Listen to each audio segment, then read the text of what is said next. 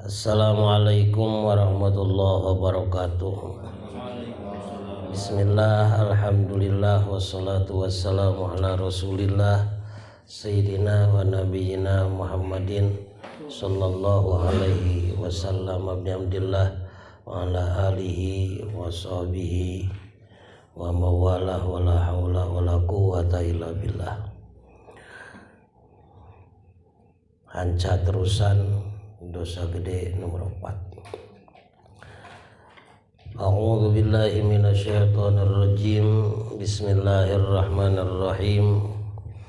Wa fi riwayatin dina hiji riwayat fa innahu maka sanyanyana ieu jalma nu ninggalkeun salat yati eta datang manehna yaumal kiamati dina poe kiamahna teh wa ala wajhi bari dina beungeutna salah satu asturin ayat 3 baris maktubatin anu tertulis. Jadi aya kalimat-kalimat dina beungeutna teh aya sabaraha satar. As-satrul awal tulisan nu kahiji aya bahasa kieu ya mudayyi'a haqqillah, ditulis dina beungeutna ya mudayyi'a haqqillah. Jadi tertulis di dinya hei anu noler-noler kana hak Allah ajeblag mun baheula mah geuningan barudak ari hareureuy sok nulis di tulisan dina kertas tapalkeun atau ngomong babaturanna orang gila. Nah, seperti itulah. Ieu mah dina beungeutna napal tulisan. Hiji tah tulisanna teh kitu nu menyia-nyiakan hak Allah. As-satru tsani tulisan nu kadua ya makhsuson bi ghadabillah, kitu tulisan teh enu khusus rek disiksa ku Allah. Maksus itu yang dikhususkan, ya makhsuson enu dikhususakeun bi ghadabillah ku bebendu Allah. Jadi orang spesial ya, orang yang spesial mendapat bendu Allah. As-satru tsalits tulisan nu katilu kieu tulisanana eta kama dhayya'ta fid dunya haqqallahi fa ayisil yauma mir rahmatillah. Kama dhayya'ta sakumaha geus menyia-nyiakeun anjeun fid dunya di dunya haqqallahi kana hak Allah fa ayis maka kudu putus anjeun al yauma pada hari ini mir rahmatillah tina rahmat Allah.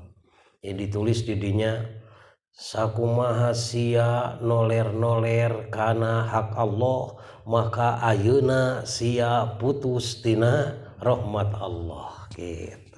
Itu tulisanana teh. Beratnya jual aya capan matak malaikat teh moal sangli jual tinggal dewak we sabajuna geus katingali. Itu dalam satu riwayat. Wa an Ibni Abbasin radhiyallahu anhuma sareng diriwayatkeun ti Sidina Ibnu Abbas radhiyallahu anhuma qala ngadawuh anjeunna dawahanana idza kana yaumal qiyamah di mana-mana gok poe kiamah yu'ta maka didatangkeun birrajuli hiji jalma salodor hiji jalma gok teh hiji jalma fayuqafu maka ditangtungkeun manehna baina yadayillahi azza wa jalla di payunan Allah azza wa jalla, maksudnya disetorkeun ka Allah. Jadi mana datang poe kiamah aya jelema nu diasongkeun ka Allah cicing siah di dieu Kitu kumaha faya amuru bihi maka teras miwarang Allah ka ieu jelma ilan nari dikanarakakeun alungkeun nah atuh ku malaikat teh dialungkeun fayaqulu tuluy ngomong ieu jelema rek dialungkeun ka neraka diponis tah asup neraka pok teh ceuk ieu jelema ya Rabbi naon margina ya Rabbi wahai pangeran abdi limadha naon margina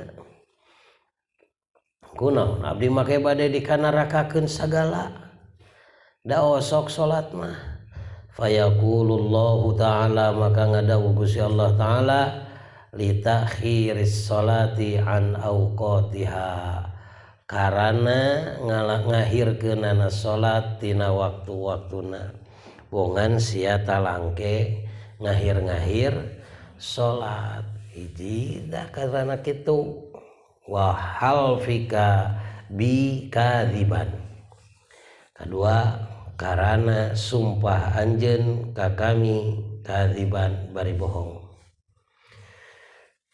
bongan ngangkengke salat jeung bongan sumpah palsu eta ge engke disogrogkeun ka Gusti teu ditanya deui langsung dikamanakeun alungkeun ka neraka kitu wa ar Rasulillahi sallallahu alaihi wasallam diriwayatkeun ti Rasulullah sallallahu alaihi wasallam annahu sayaqtasna Kangjeng Nabi qala eta dadawuh Kangjeng Nabi yauman dina hiji dinten li ashabihi ka sahabat-sahabatna anu dawahan Kangjeng Nabi teh Allahumma la tada' fina syaqiyya wala mahruman ngadua ta Kangjeng Nabi Allahumma la tada' fina syaqiyya wala mahruman nun Gusti Allah la tada' mugi henteu ngantep Gusti fina ka abdi sadaya syaqiyan kanu cilaka mugi abdi ulah diantep sina cilaka wala mahruman sareng ulah dihalangan tina rahmat Gusti gitu sumaqala teras dawuh Kangjeng Nabi sallallahu alaihi wasallam dawan Rasul atadruna manis syaqiyul mahrum hayang nyaho aranjeun saha cing nu disebut asyaqiyul marhum orang nu cilaka nu dihalangan tina rahmat Allah teh qalu ngadawuh atuh para sahabat dawahan para sahabat teh man huwa ya Rasulullah kalah malik naros saha ya Rasulullah eta teh qala ngadawuh Kangjeng Nabi tarikus shalah tah nu disebutkeun asyaqi al-marhum al-mahrum lain al-marhum al-mahrum eta adalah nu tinggal salat ieu titelna jelema nu ninggalkeun salat mah loba titelna teh loba pisan sebutanana saking goreng-gorengna jalma nu ninggalkeun salat mudah-mudahan we urang sarerea sing dipaparinan kagiatan tiasa ngajaga kana salat waruwiya sareng diriwayatkeun naon annahu sanyanyana kalakuan eta awwalu may yaswaddu yaumal qiyamah ari pangheula-heulana jalma anu hideung beungeutna yaumal qiyamati dina poe kiamah eta wujuhu tarikis sholati beungeut-beungeutna jalma-jalma nu ninggalkeun salat.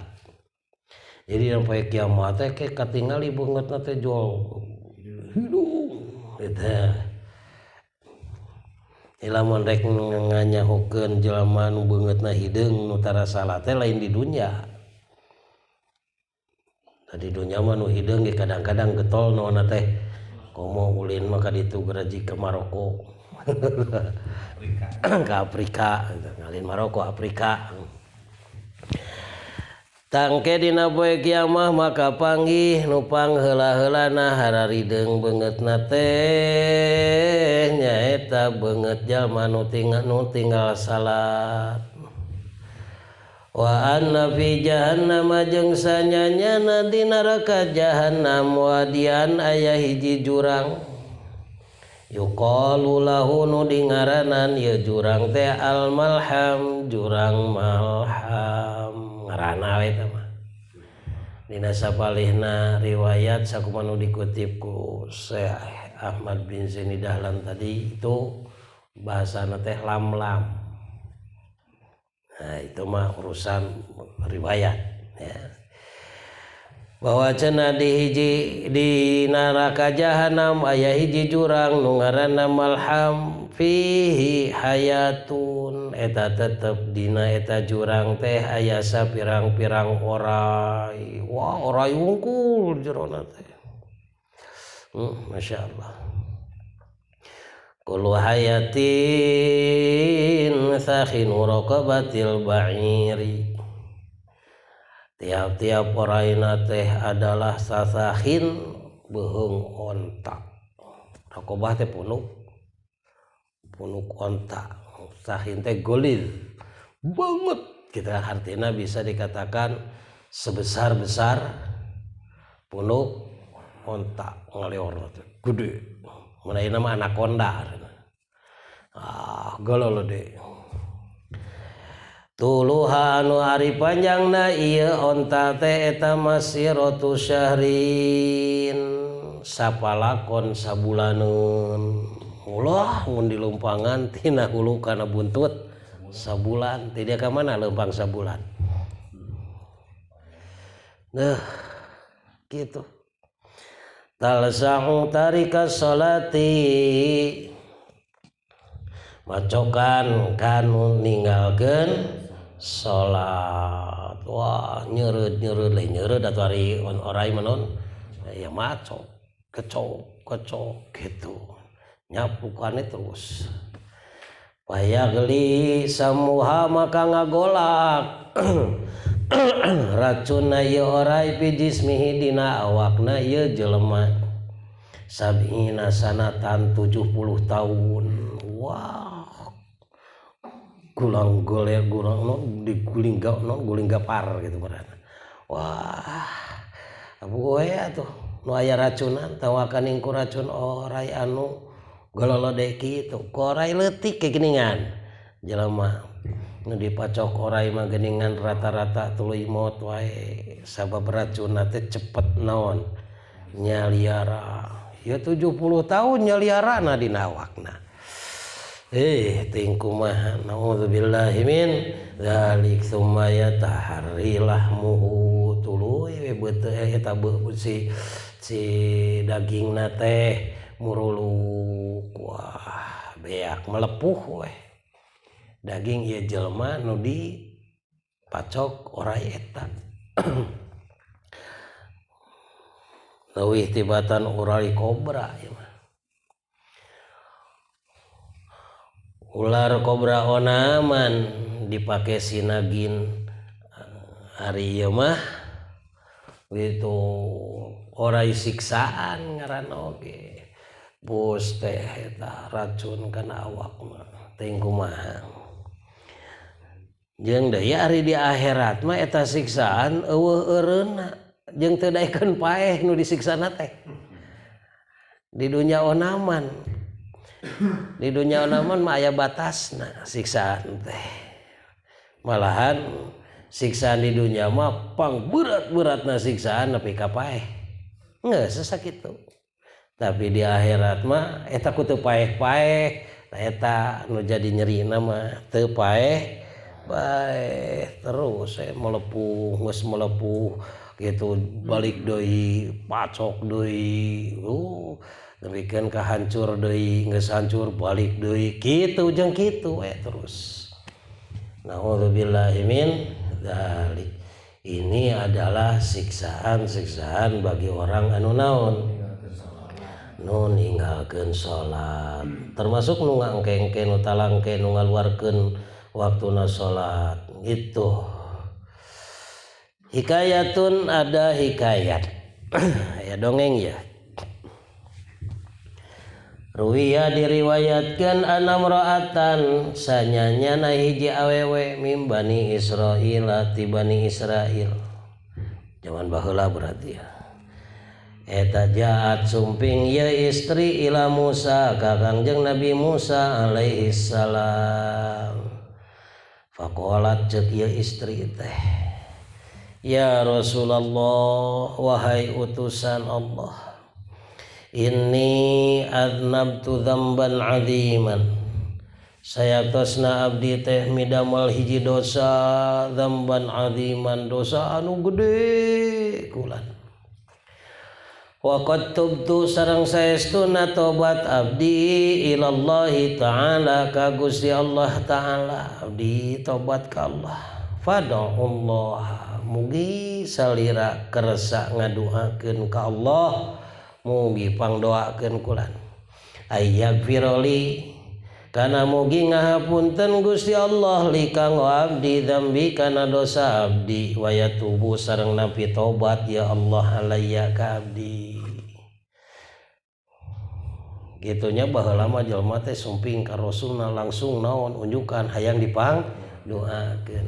Cara ieu naik ningan meus-meus ka ajengan teh, pamaha punten we abdi teh pangdoakeun hoyong soleh. Ari kitu kumaha kitu mun abdi teh ngarentenkeun wae kumaha tuh eureun Indonesiana. Dah.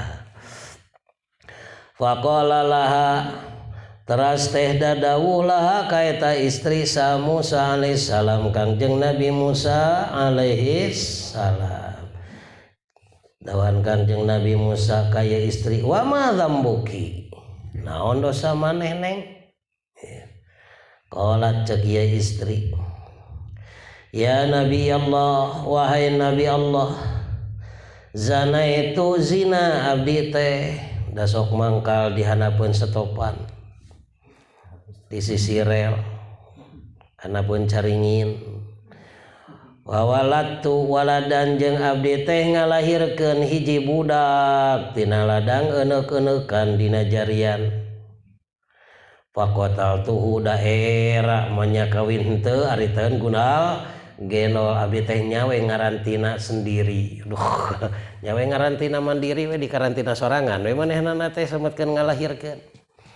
Ari tempo teh geus ngalahirkeun ceuk ieu awewe, faqatal tuhu borosot cekek dinaon dipaehan ieu budak teh ku abdi teh da isin ta abdi ayeuna tos tobat, abdi teh bener-bener tobat ka Allah. Ku kituna mugi paduka pangdugikeun ieu teh ka Allah, mugi ngahapunten kana dosa abdi sareng nampi kana tobat abdi kitu. Faqala laha, ari pek teh ngadawuh ieu awewe sa Musa alaihi salam Kangjeng Nabi Musa alaihi salam. Ari dawuhan Kangjeng Nabi Musa teh jolik ieukeun, ukhruji ya fajirah, mantong sia jol kitu diusir ya.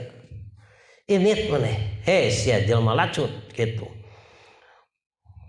Init ulah diusir. Diusir naon margina pangna diusir. Doahan Kangjeng Nabi Musa teh, la tangzilu narun minas sama fatuhrikuna bisu'miki. Kesia turun seuneu init maneh supaya teu turun seuneu ti langit engke patahrikuna ngaduruk atuh ka urang sarere bisu'miki ku dosa maneh.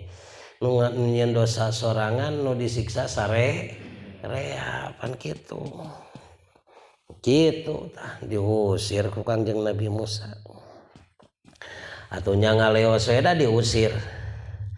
Paharojat maka keluar weh eta jelema min ing dihiti pangkon Kangjeng Nabi Musa alaihi salam mungkasiratal qalbi bari ngarakacak hatena.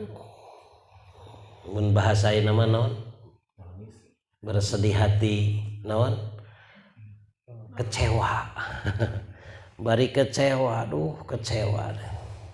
Geningan kieu ari laku jadi tukang zina atuh mata koge ulahnya nu aneh-aneh hirup di alam dunya teh ari butuh ku pangeran mah butuh dahar pan eta teh rezeki ti pangeran butuh make eta ge rezeki ti pangeran butuh duit eta ge rezeki ti pangeran atuh ulah sok rasa mokaha jeung sok nu kang nonggong ka pangeran itu ari ka Gusti. Hare-hare ari nu digugu kahayang nafsu mikir atuh setik kitu nya ieu awewe teh leos dapan Kangjeng Nabi Musa mah tegas bandina hukum ini sia turun ye siksa kitu panazala maka lungsur atuh saha Jibril alaihissalam malaikat Jibril alaihissalam geus ngaleos mah eta awewe kurunyung malaikat Jibril. Waqala sareng dadawuhi malaikat Jibril ya Musa he Musa Ar-Rabbu ta'ala yaqul laka pangeran Allah subhanahu wa ta'ala yaqulu laka dadawuh keur anjeun kaula dipiwarang ngandugikeun ya dawuhan anjeunana dawuhanana kieu 5 rodat tataibah. Ya Musa, kenapa kau menolak wanita yang bertobat wahai Musa? Kunaon ente nolak anu tobat? Ama wajatta. Apakah geus manggihan anjeun syarron kanu leuwih goreng min hatibatan eta awewe? Gitu. Kunaon make diusir sagala? Seta pedah zina tuluy diusir. Padahal seta teh geus tobat nah nyaho anjeun geus manggihan acan aya deui nu leuwih goreng tibatan eta kitu. Qala Musa atuh ngadawuh Kangjeng Nabi Musa teh dawuhan Kangjeng Nabi Musa ya Jibril wa man huwa syarrun minha saha anu leuwih goreng tibatan awewe nu tukang zina teh gitu.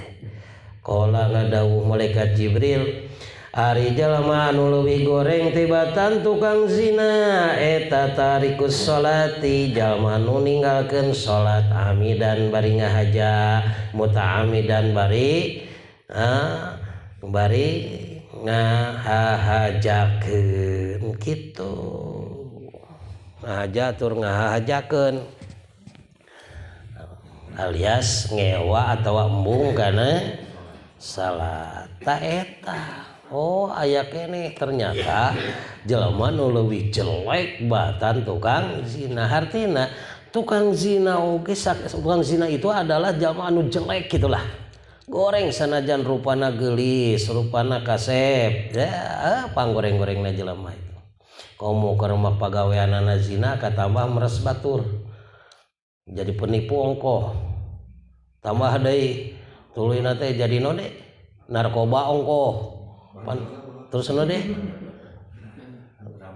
perampok kongko wah segala itu tuh nate alah masya Allah naudzubillahi min dzalik itu jelek tapi ternyata ada lagi yang lebih buruk batan eta saha tarikus sholati amidan muta'ammidan orang yang sengaja meninggalkan sholat bari ngahajakeun polontong gitu.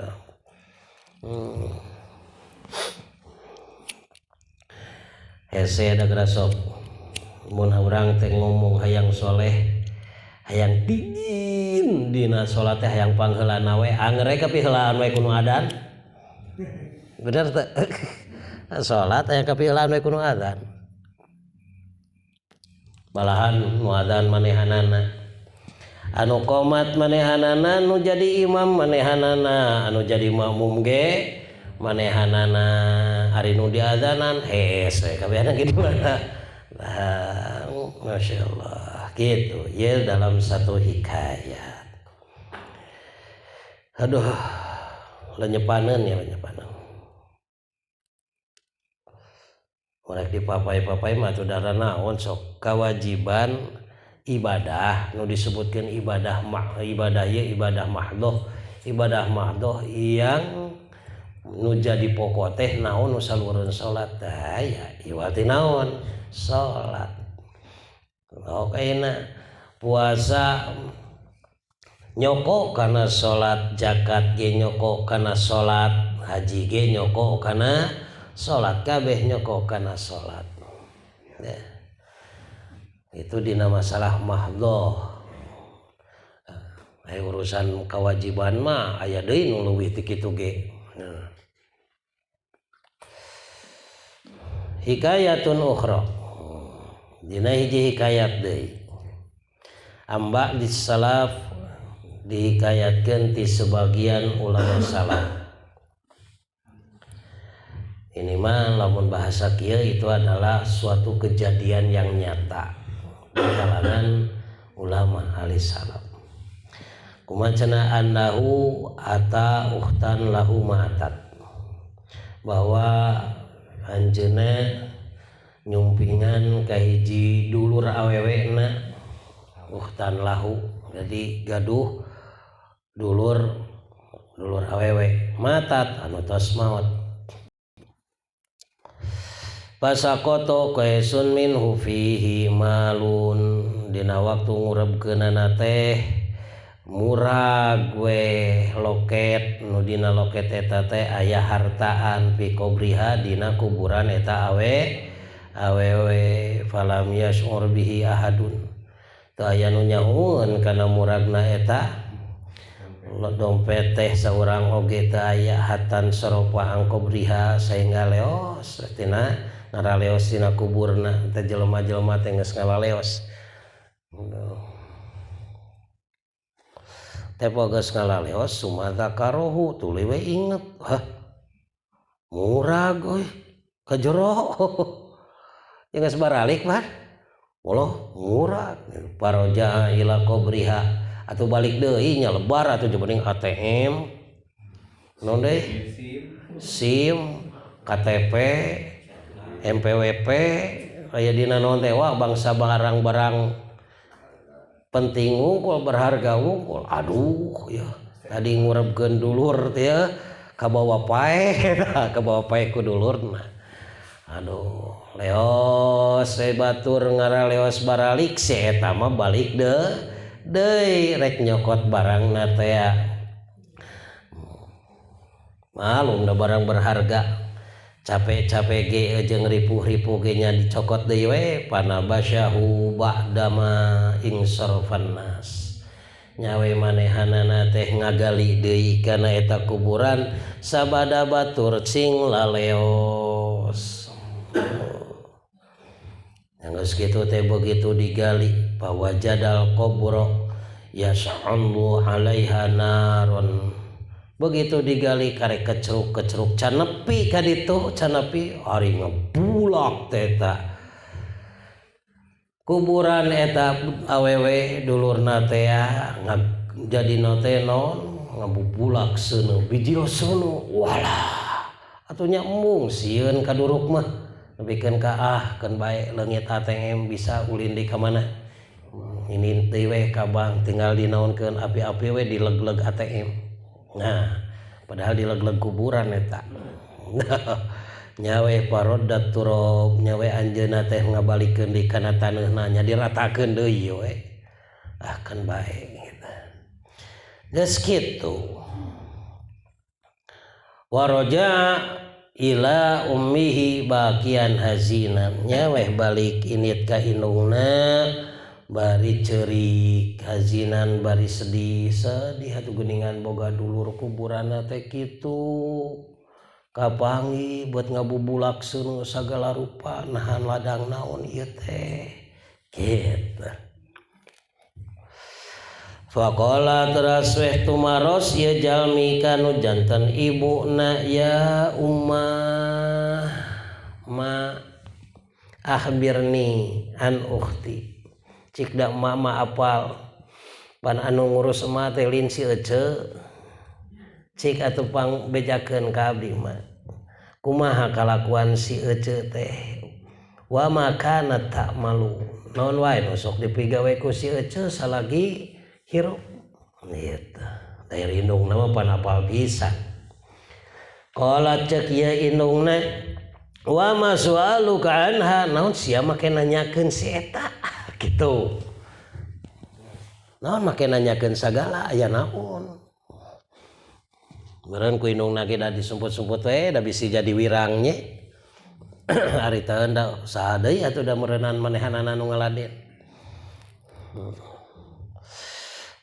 qala cek ya jalmi ulama ya teh ulama salaf ya ummi ra'aitu qabraha yasta'ilu 'alaiha naron ampun paralun hapunten pisan simkuring wawantunanan sejatu maros tentang anjeuna kumargi simkuring mendakan hiji peuih kajantenan anu luar biasa heuh naon lumawi mah ulah cekcoknya ra'aitu qabraha yasta'ilu 'alaiha naron nah dina kuburanna teh ngabubulak seuneu nu katinggal ku abdi mah kitu qala sor nu ngariwayatkeun pabakat atunya nangis sesegruk ibuna teh naon nangis ujang kasep Oma tulah di beja-bejain nama gerang ngadoa we ka Gusti mugi-mugi si teh ieu si neng teh sing di hampura ku Allah muhun naon mah wa qala cek ya inungna ya waladi wahai anaki kanat uhtuka tatahawanu bis shalah dulur maneh teh ieu sok ngenteng-ngenteng salat wa tu akhiruha jeung sok ngahir-ngahir salat an waktiha nepi ka beak waktuna teh da rumah sameureun geus mere dahar ka emak bikeun ka teu salat hayo we ngisi kanteureun kitu